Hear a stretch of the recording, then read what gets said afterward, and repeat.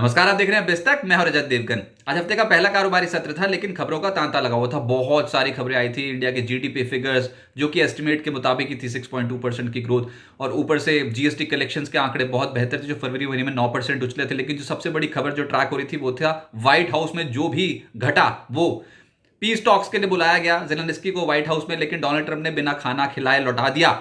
और वो एकदम से हड़कंप पैदा कर सकता था इंटरनेशनल मार्केट्स में। लेकिन हुआ क्या था, अमेरिकन मार्केट्स में पिछले सत्र में यानी कि शुक्रवार के सत्र में खरीदारी हुई थी, डे हाई के आसपास बंद हुए थे। हमारे यहां गिफ्ट निफ्टी बता रहा था कि 90 पॉइंट से ज्यादा का उछाल देखने को मिलेगा। बीते सत्र में हम टूट गए थे, तो आज एक पुल बैक की संभावना ज्यादा थी। अच्छा, फिर हम तेज भी खुल गए। 70 पॉइंट्स के गैप अप के साथ खुले 22,194 के लेवल पे। उसके बाद दौड़ना शुरू किया, 22,261 तक पहुंच गए थे। एक बार निफ्टी 137 पॉइंट्स ऊपर था, बस यहीं पर ही दम तोड़ दिया। और ये शुरुआती 15 मिनट का एपिसोड है। उसके बाद फिर जो पिटाई हुई हायर लेवल से, जो टूटे 22,004 के दर्शन करा दिया। आज तो 22,000 का लेवल जाते जाते रह गया। 22,004 के लो से फिर पलटे 12 बजे के आसपास तेजी बनी, तो आज के सत्र की जो क्लोजिंग आई है वो 22,119 के लेवल की आई है। 5 अंकों की गिरावट के साथ निफ्टी पे क्लोजिंग आई, लेकिन डे लो से रिकवरी, ऊपरी स्तरों से दबाव, इस तरीके की मार्केट देखने को मिल रही थी, तो बिखर गई मार्केट। शुरुआती सत्र का एपिसोड बहुत अच्छा दिखाई दे रहा था, लेकिन 9:20 के बाद जो बिकवाली हुई उसके बाद हड़कंप मचना शुरू हो गया था मार्केट में। चलो, आज ये हड़कंप कहीं ना कहीं ऐसा बाजार ने दिखा दिया कि लोअर लेवल्स पे कुछ खरीदारी भी हो सकती है मार्केट में। 22,000 बहुत अच्छा एक लेवल जो है वो फिलहाल ऑप्शंस डेटा के हिसाब से निकल के आ रहा है। निफ्टी बैंक 230 अंकों की गिरावट के साथ 48,114 के लेवल पे बंद हुआ, और सेंसेक्स 112 अंकों की गिरावट के साथ 73,085 के लेवल पे बंद हुआ। 33 शेयर्स निफ्टी के चढ़ गए, 17 गिर गए। ये दिन के दौरान पिक्चर सुधर गई। ये 9:20 के आसपास तो डगमगा गया था एक बार, बिल्कुल ही गिरने वालों की संख्या बढ़ती चली जा रही थी, लेकिन 12 बजे के आसपास संभल गए। लेकिन जो ये ब्रॉडर मार्केट है ना, चाहे आपको आज मिड कैप स्टॉक्स में, मिड कैप इंडेक्स में खरीदारी होती हुई नजर आई हो, लेकिन वो ब्रॉडर मार्केट्स पे रिफ्लेक्ट नहीं हुई। 880 शेयर्स चढ़े हैं एनएससी के, और 2071 शेयर्स गिरे हैं आज। अच्छा, निफ्टी को जो संभाले हुए थे वो थे इन्फोसिस, भारतीय Airtel, L&T, Grasim, Bajaj finance. लेकिन गिरने वालों में एचडीएफसी बैंक, रिलायंस इंडस्ट्रीज की सब्सिडरी कंपनी है, उन्होंने समय पर बैटरी प्लांट नहीं लगाया, तो उनके ऊपर हो सकता है 125 करोड़ रुपए का जुर्माना लग जाए। ये खबर थी। रिलायंस इंडस्ट्रीज एक बार 3% ज्यादा टूट गया था, फिर 2.5% के आसपास गिरकर बंद हुआ है। अच्छा, फिर ये Bajaj auto, Maruti, axis bank जैसे जो स्टॉक्स हैं ये भी दबाव बना के गए हैं। अब निफ्टी गेनर्स में बीईएल एकदम से चल पड़ा 4.5%। कुछ सरकारी कंपनियों के स्टॉक्स में आज खरीदारी होती हुई नजर आई। फिर एक स्टॉक है ग्रासिम, 3% ऊपर रहा। आयशर मोटर्स, ये ऑटो नंबर्स का इंपैक्ट आज पड़ा तो 3% चढ़ गया। जेएसडब्ल्यू स्टील और बीपीसीएल जैसे स्टॉक्स में आज खरीदारी होती हुई नजर आई। निफ्टी लूजर्स में बजाज ऑटो 2.5% नीचे आ गया, कोल इंडिया 2% नीचे, रिलायंस इंडस्ट्रीज एक बार 3% नीचे चला गया था, उससे ज्यादा टूट गया था इनफैक्ट। लेकिन फिर निश्चित रूप से थोड़ी खरीदारी हो गई, अल्टीमेटली 2-2.25% के आसपास गिरकर बंद हुआ है। बजाज फिंसर्व और एचडीएफसी बैंक जैसे स्टॉक भी आज दबाव में थे। एचडीएफसी बैंक आज 1.5% ज्यादा टूटा है। एफएनओ गेनर्स में ट्यूब इन्वेस्टमेंट 7.5% ऊपर, सुप्रीम इंडस्ट्रीज 6% ऊपर, आरईसी लिमिटेड 5% ऊपर, प्रेस्टीज, वरुण बेवरेजेस जैसे स्टॉक 4.5% चढ़ गए। एफएनओ लूजर्स में एंजल वन आज 0.9% क्रैश हो गया। बीएससी का स्टॉक आज 0.6% नीचे आ गया। गोल्डमैन सैक्स की रिपोर्ट आई, उन्होंने टारगेट्स को रिड्यूस कर दिया, तो आज बीएससी भी टूटा, एमसीएक्स भी टूट गया। एमसीएक्स का स्टॉक आज 5.5% नीचे चला गया। तो स्टॉक मार्केट एक्सचेंज से जुड़ी जो कंपनियां थी वहां पर, और कॉमोडिटी एक्सचेंज से जुड़ी जो कंपनी, वहां पर बहुत तगड़ी आज गिरावट देखने को मिली है। इरडा तो जब से वायदा कारोबार पे आया है तब से पता नहीं इसको क्या हो गया, लगातार टूट ही रहा, और आज भी 5.5% टूट गया। फिर कल्याण कुछ 4.5% नीचे चला गया। मिड कैप गेनर्स में कॉफी डे 20% ऊपर, अनुपम रसायन 12.25% ऊपर, नारायण हृदयालय बहुत अच्छा चला आज 12% ऊपर। फिर वेल्समैन लिविंग और आदित्य बिरला रियल एस्टेट, इन स्टॉक्स में तेजी आई। आदित्य बिरला रियल एस्टेट में खबर ये थी कि बेंगलुरु में इन्होंने एक प्रोजेक्ट है उसका तीसरा फेज शुरू कर दिया है, और 500 करोड़ रुपए के आसपास की बुकिंग भी कर डाली है, तो बहुत अच्छी खरीदारी हुई इसमें। उसके बाद दिलीप बिल्डकॉन 6% ऊपर रहा। मिड कैप लूजर्स में ई क्लर्क्स 0.8% नीचे, किर्लोस्कर ब्रदर्स 7.5% नीचे, आईएफएल कैपिटल सर्विसेज ये स्टॉक भी 7% ज्यादा टूट गया।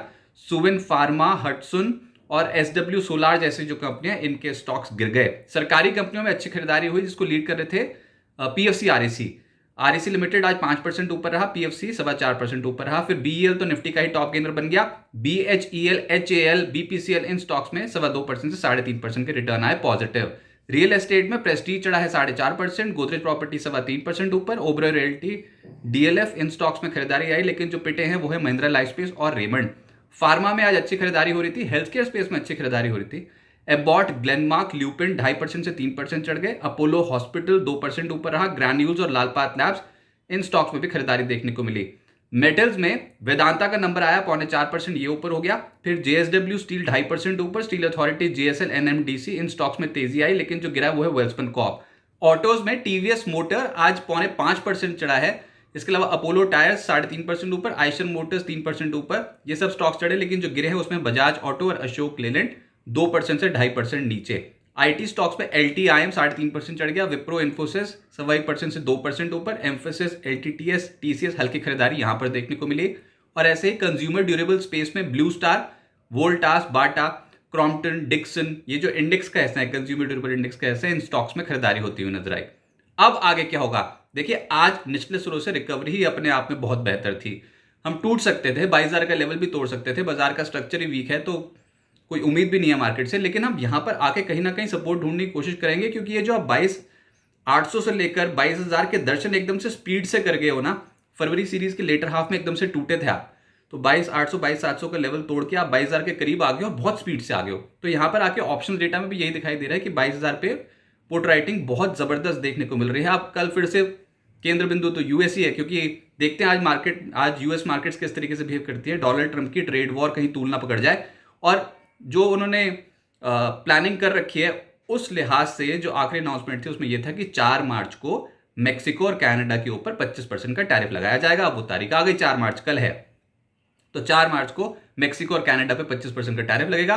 चीन पे जितना भी टैरिफ लगता है उस पर 10% एडिशनल टैरिफ लगेगा। देखते हैं उसके बाद जो कंट्रीज है वो रिटेलिएट कैसे करती है। तो सुर्खियों में यही कंट्रीज आने वाली हैं और इनके मार्केट्स रहने वाले हैं। अमेरिकन मार्केट्स पे जो भी होगा उसका कैस्केडिंग इफेक्ट दुनिया के मार्केट्स पे पड़ जाएगा।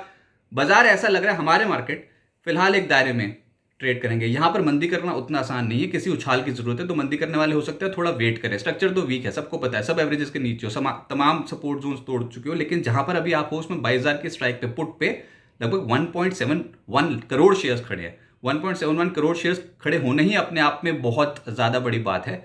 तो ये लेवल अगर टूटा तो जाके कुछ दिक्कत आएगी। अच्छा, फिर टेक्निकल टर्म्स में देखते हैं ना, जो चार्ट्स पे देखते हैं उस पे 21,800 का लेवल बहुत इंपॉर्टेंट निकल के आता है। अलग अलग स्टडीज के हिसाब से बहुत ज्यादा कन्फ्लुएंस जोन जो है वो 21,800 के आसपास ही बैठ रहा है।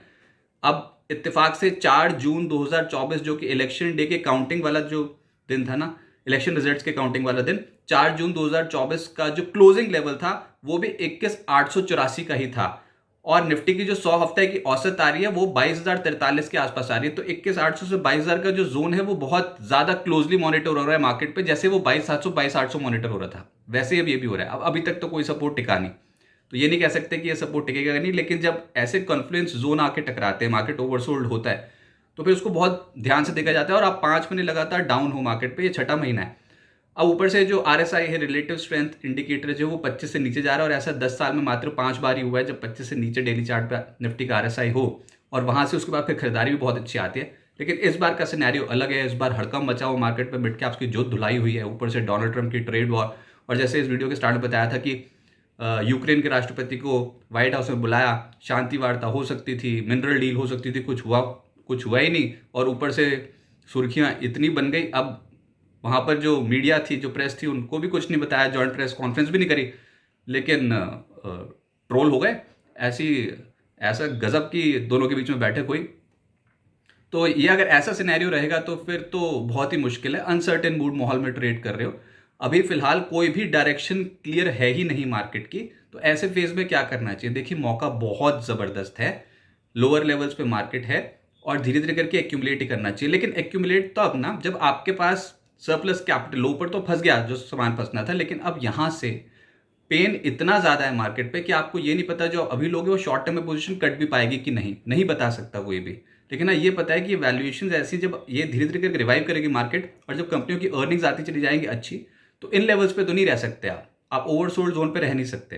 तो आपको धीरे धीरे करके एक्यूमुलेट करना चाहिए, एसआईपीज कंटिन्यू रखनी चाहिए। और जो मार्केट पे एकदम से डीप करेक्शन कोई किसी भी दिन आए, किसी भी समय में आए, तो उसमें टॉप अप्स करने चाहिए, क्योंकि अच्छे फेज में उसके बाद रिवॉर्ड मिलेगा। लेकिन अभी के लिए शॉर्ट टर्म में पेन है, लॉन्ग टर्म में गेन होगा।